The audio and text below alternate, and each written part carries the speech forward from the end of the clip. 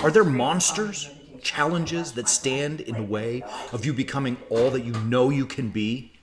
You know that somehow, with God's help, you just need a little push to become the very best you that you can.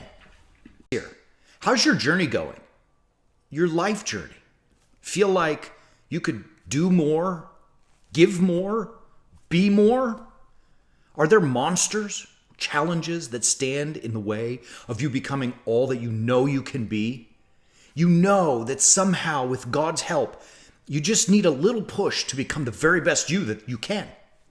That's what the Way of the Warrior Saint is. It's a library filled with teachings to help us as we battle our monsters, striving to become the very best men and women that we can be, to become warrior saints. Access to the Way of the Warrior Saint library, it's only $8 a month. That's it. There's nothing to prohibit you from joining this moment. But today, we decided to offer a lesson from the library for free so you could see exactly what it is we do and then make your own decision if the Way of the Warrior Saint is for you. Enjoy the video, and we'll see you on the other side. Hey, Warrior Saints, Father Chris here, and welcome to episode 1 of Crucifixional Leadership. Everybody knows that children have multiple stomachs, right? I mean, like, anybody with half a brain knows that. Well, until my youngest, little Miss Amelia, turned 5, I had no idea. You know, she was really a good eater, and then about 5, she stopped being a good eater. She really just wasn't a fan of dinner. She would pick here and there, but most of the time she would say, "I'm full. I'm full." And my bride and I, doting and loving parents, were concerned for her health. We wanted her to eat enough food and healthy food to maintain her growing mind and body. But no matter what we did, she would always fight and always push back. Interesting, however, that though she was always full for dinner, she was always hungry for dessert. And I thought, well, how could that be? If you don't have any room inside for dinner, how is there room for dessert? And so I decided I'd call her out on it. And I said, "Amelia, if your tummy is full for dinner, how does it have room for dessert?" Now, not to be outfoxed, my beautiful little Amelia, much smarter than I, she clearly then and calmly explained to me the concept of multiple stomachs. And she said, "Oh, Baba, it's very simple. I have a regular stomach, and I also have a dessert stomach." And I said, "A dessert stomach? I've never heard of such a thing. What is this?"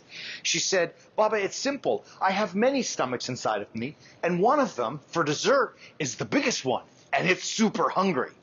And I said, "Oh, little Amelia, you're so sweet. My sweet little girl, you're so tiny. How do you have room inside you for all of those stomachs?" She said, "Oh, it's simple, Baba. I'm much bigger on the inside." Great Scott! Sound wisdom from a 5-year-old. I'm bigger on the inside. What a powerful lesson and insight into one of the most important qualities of being a crucifixional leader. Having an ethical set of guidelines, a moral code, a set of principles to rely on is essential for the crucifixional leader. I don't get it. What guide do we follow when things become difficult? What do we fall back on to help us make difficult and challenging decisions? It's simple. The concept of being bigger on the inside than the outside. So what do we call being bigger on the inside? Character. Come on.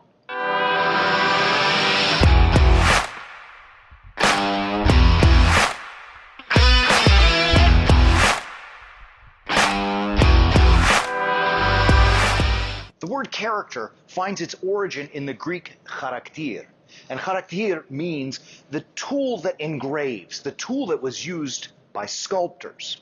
When a sculptor uses or sculpts a block of stone, he doesn't create anything ex nihilo. He doesn't create it out of nothing. But he whittles away bits and pieces to reveal the majestic beauty that is inside. Indeed, a sculptor merely finds that majestic beauty inside the rock and sets it free. Crucifixional leaders must find and set free that majesty that lies hidden within our hearts and minds. That majesty is character. It's got all kinds of possibilities. Your character is the way you respond to every situation in life. It's not what you sound like. It's not what you look like. Character is what you truly are. And our character is revealed to us in every decision we make. It is a constant set of actions throughout every situation in your life. And character is not made by challenging times, though it is certainly revealed in challenging times. Character is that which guides you to make decisions in difficult and challenging times. Character is the foundation and cornerstone of crucifixional leadership. To see character in context, we have to go all the way back to Chicago in 1982 and learn about something called the Tylenol murders. Around that time, people were dying in strange ways, even young people. And it was confusing what caused all these deaths until police investigators found a common link in all of the people who died. Each and every one of them had taken Tylenol very shortly before their death. People are dead, and another is in critical condition tonight. And as the Tylenol bottles were examined, it became clear that a murderer had poisoned many of these bottles with something called potassium cyanide. And so potent was cyanide that if you took even one pill, you would be dead within hours. 6 deaths have now been linked to the capsules, which are laced with cyanide. In our modern corporate bottom line dominance, Johnson & Johnson, the parent company that owns Tylenol, could have easily done nothing. At the time, Tylenol owned 35% of market share for all over-the-counter pain medication. Not to mention that they had 31 million bottles of Tylenol on shelves throughout drugstores across the land. To pull those bottles, they would risk $100 million in gross revenue. Not to mention the reputation that would take a hit and the stock that would obviously plummet, affecting adversely all of their stockholders. Say what you want to say. To pull Tylenol from the shelves was not an easy decision. We are trying to, by retrieving the drugs from the shelves, identify the extent of the distribution of the cyanide types. Fortunately, Johnson & Johnson found it an easy decision. Johnson & Johnson acted with character. And it was easy for them to do so because character infuses all of their company. It's written into the very credo that guides every decision they make. In fact, that credo is even written on the wall in their corporate headquarters. The credo begins with the first sentence that says, "We believe our first responsibility is to the patients, doctors and nurses, to mothers and fathers, and all others who use our products and services."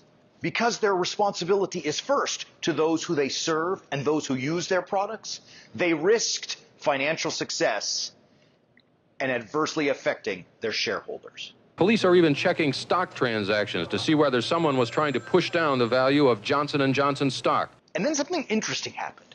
The public actually praised Johnson & Johnson for the way they handled the crisis, their accountability, and the responsibility that they took. Johnson & Johnson spent tons of money warning the public about the tampered bottles. 6 weeks to the day since the Tylenol murder story broke, Johnson & Johnson held a news conference in New York to reintroduce Tylenol. After a massive and very expensive campaign, Tylenol eventually regained its position as the market shareholder for over-the-counter pain medication. They created something that you and I are very familiar with, tamper-proof bottles. And even in 1983, listen to this, the United States Congress passed something called the Tylenol Bill, which is federal regulation that says it becomes a crime to tamper with any consumer product. Johnson & Johnson was able to make this happen because they acted with character. They were bigger on the inside than on the outside. So what is God's input on character? God's input is that he's asking you and I, warrior saints, to be bigger on the inside than the outside. In the Gospel of Matthew chapter 23, Jesus is pretty hard on the scribes and the Pharisees. He's laying into them about some of their suspect behaviors, one of which was caring more about the outside than the inside. Jesus was slamming them because they were more interested in their reputation than their character. In verse 23, he says, "Woe to you, scribes and Pharisees, hypocrites! For you cleanse the outside of the cup and of the plate, but inside they are full of extortion and rapacity. You blind Pharisees, first cleanse the inside of the cup and of the plate, that the outside also may be clean. God is not asking warrior saints to ignore our reputation. How we are perceived in the public eye is indeed important, but not at the expense of your character. God is asking us to focus on our character before our reputation. He's asking us to be bigger on the inside. That is an IQ breakpoint, brother. And so we find ourselves now at the practical points today on the way of the warrior saint. And first, it is that you must be very aware of what your character qualities are. In last week's episode, our introduction, we asked you to think about other people who inspire you and to notice what their qualities are that draw you to them, that what make them leaders that you want to follow. For you to be a person like that, you must be acutely aware of what your character traits are. And to do that, you have to spend a little bit of time in quiet, a little bit of time in prayer. Use that trusty warrior saint's notebook and find for yourself what are the character traits that you possess. Your quality will be known among your enemies before ever you meet them, my friend. Different leadership courses will tell you a multitude of things that should be in a man's character, and most of them aren't wrong. But nobody gets to decide your character except you. No one knows what lies deep within the marble of your heart better than you do. You have the opportunity to decide what are your character qualities. Most people associate success with money and power, but really, it's a state of mind. And I would suggest that you have one, at most 3 core qualities that drive your character. All of them matter. All of them are important, but find just a few that guide all the rest. For example, I use something I call LIT. L-I-T. It's an acronym I use to help me remember my core qualities that I want to infuse my character. L is for love. In all things, I will love. I is for inspiration. I will inspire people at every moment that God gives me breath. And T is for teach. In everything I do, whether it's in a one-on-one conversation or speaking publicly to the world, I will teach crucifixional living. The acronym LIT helps me remember that the core qualities of my character are to love, to inspire, and to teach. Who am I? Your qualities will be different than mine. I only offer these as an example for you to see that when you spend that quiet, prayerful time to discern what your character qualities are, you know that they can be things that infuse all other aspects of your decision-making, of your life, of the way you respond to challenges, of your character. The things that help you be bigger on the inside than the outside.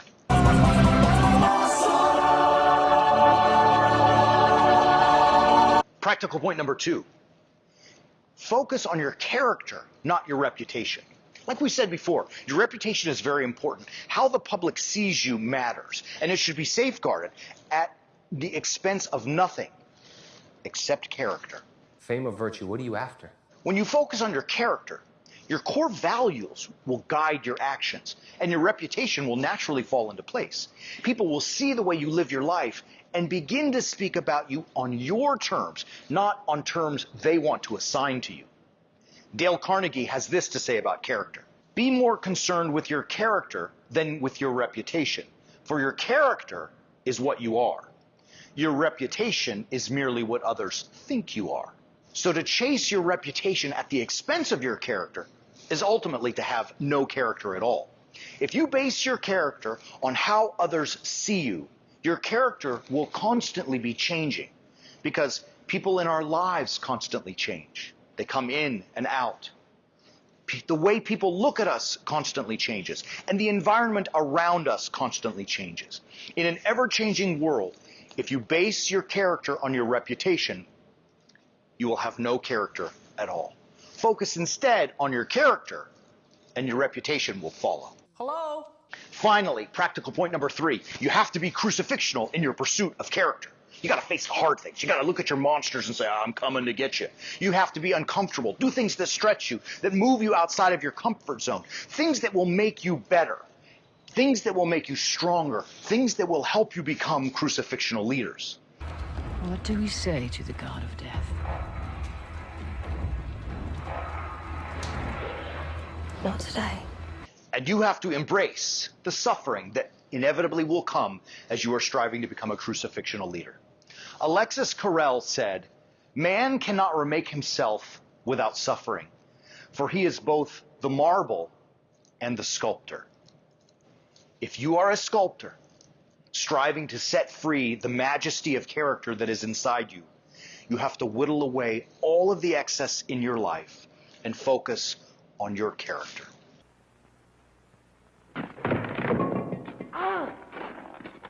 Simply put, embrace what you are, not what others say you are, and become bigger on the inside.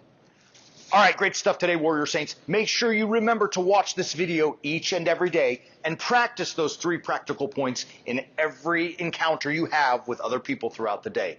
Great stuff. See you next week, and until then, keep walking on the way of the Warrior Saint.